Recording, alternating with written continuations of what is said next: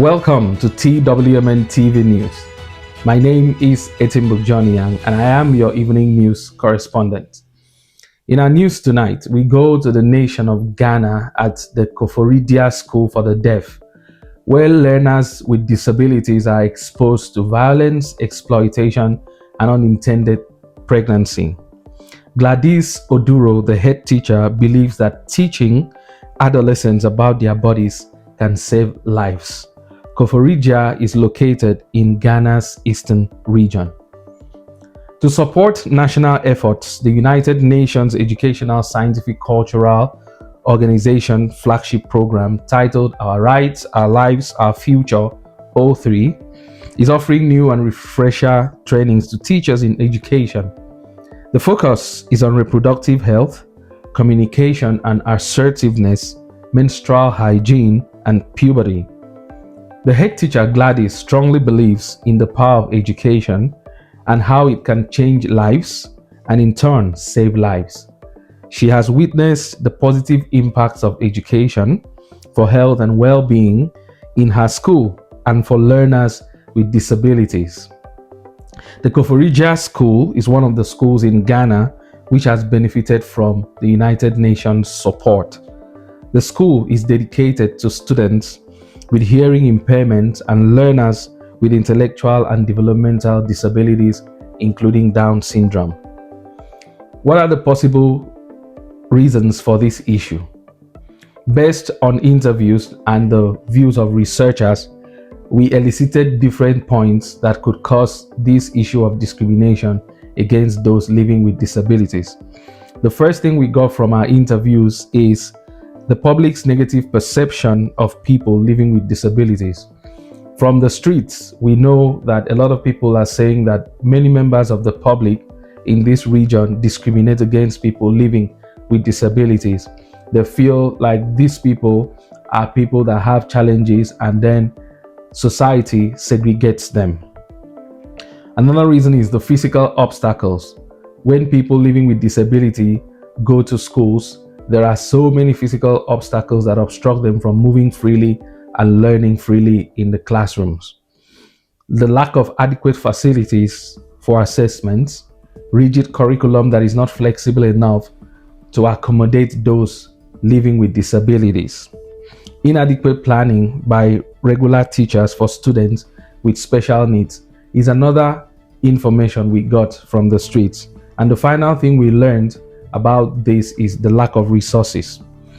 To take us further in our news tonight, we'll be connecting with our studios in the other center for the next segment of the news. Thank you.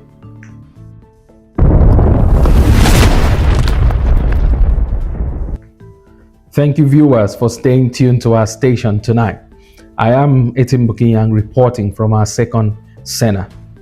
We still remain in the nation of Ghana and we're still exploring the issues at the Koforidia School for the Deaf, where the learners with disabilities are facing significant challenges. There are implications for stakeholders who are the primary people who are policymakers to address this issue. The first stakeholders that are challenged by this issue of learners with disabilities are the administrators, who are struggling with how to make schools accessible for these learners. The voices on the street makes us to understand that this challenge still exists, and researchers have added their voices to show how learners with disabilities continue to face significant challenges.